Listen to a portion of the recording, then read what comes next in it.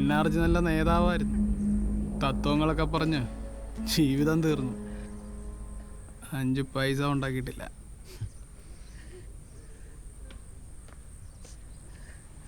അനന്തു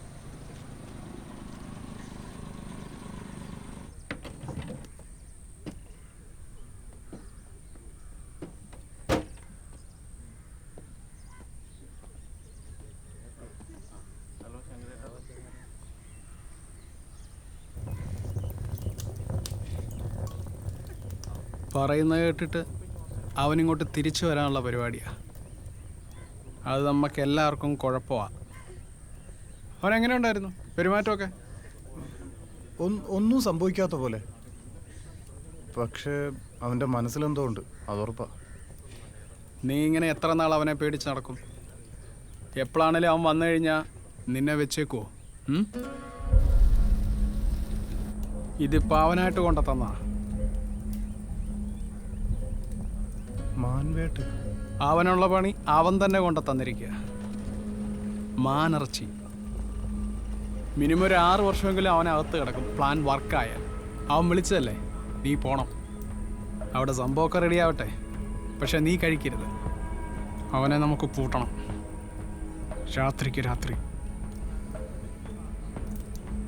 ആ ഇമോദ് വരുന്നുണ്ടല്ലേ, അവനതൊന്നും അറിയരുത്. പിന്നെ നീയും ഇതൊക്കെ ഒന്ന് മാറ്റിയിട്ട് പോയാൽ മതി, പഴയ പോലെ.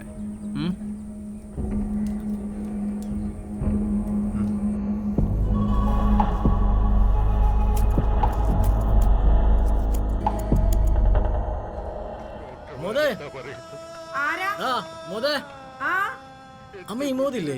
ഇല്ല, പുറത്തേക്ക് പോയി. എപ്പോഴും പറഞ്ഞായിരുന്നാ? ഒന്നും പറഞ്ഞില്ല.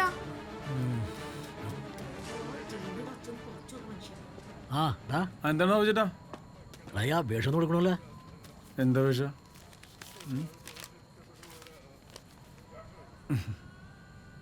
സർക്കാരിന് ആനുകൂല്യം കിട്ടാൻ വേണ്ടി വരുമാനം താത്തി കാണിക്കും.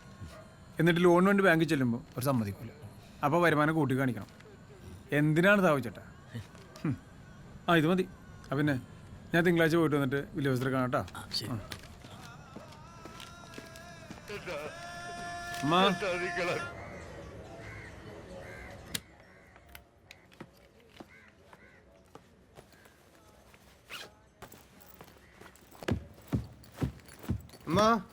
എന്താടാ? ഞാൻ ഇറങ്ങാം. ഇന്ന് ലോഡൊക്കെ പോണ്ട ദിവസല്ലേ? അത് തിങ്കളാഴ്ച പോയാലും മതിയെന്നേ. ദേ ഉണ്ടായിരുന്ന സ്വർണ്ണമൊക്കെ പണം വെച്ച് തുടങ്ങിയതാണ്, മറക്കണ്ട.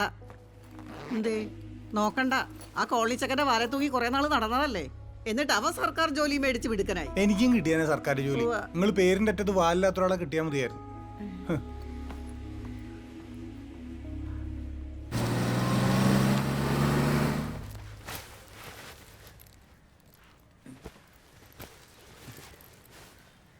നീ ഇനി എന്നാ വരുന്നേ? ഞാൻ നാളെ വരും. നേരത്തെ വരണോട്ടാ. വരാം.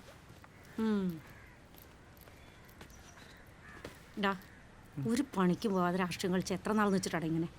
ഇത്രയൊക്കെ ആയില്ലേ, ഒരു 6 മാസം കൂടെ വെയിറ്റ്. മുനിസിപ്പാലിറ്റി ഇലക്ഷൻ വരുവാ. നീ ഇലക്ഷൻ ഒക്കെ ഉണ്ടോ?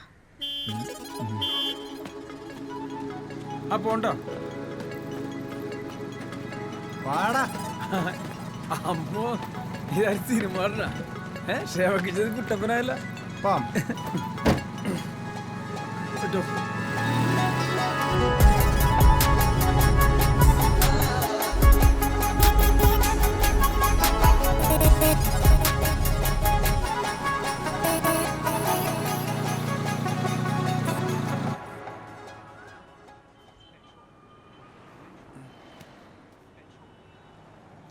$1449. എന്തായി? വണ്ടി ഞാൻ എടുത്തില്ലേ, പെട്രോൾ നേടി. അവക്ക് പേടിക്കണ്ടേ? അത് നീ അയച്ചു കൊടുക്കോ? നിനക്ക് എന്തിട്ടാ ഒരു മൂള മൈൻഡ്?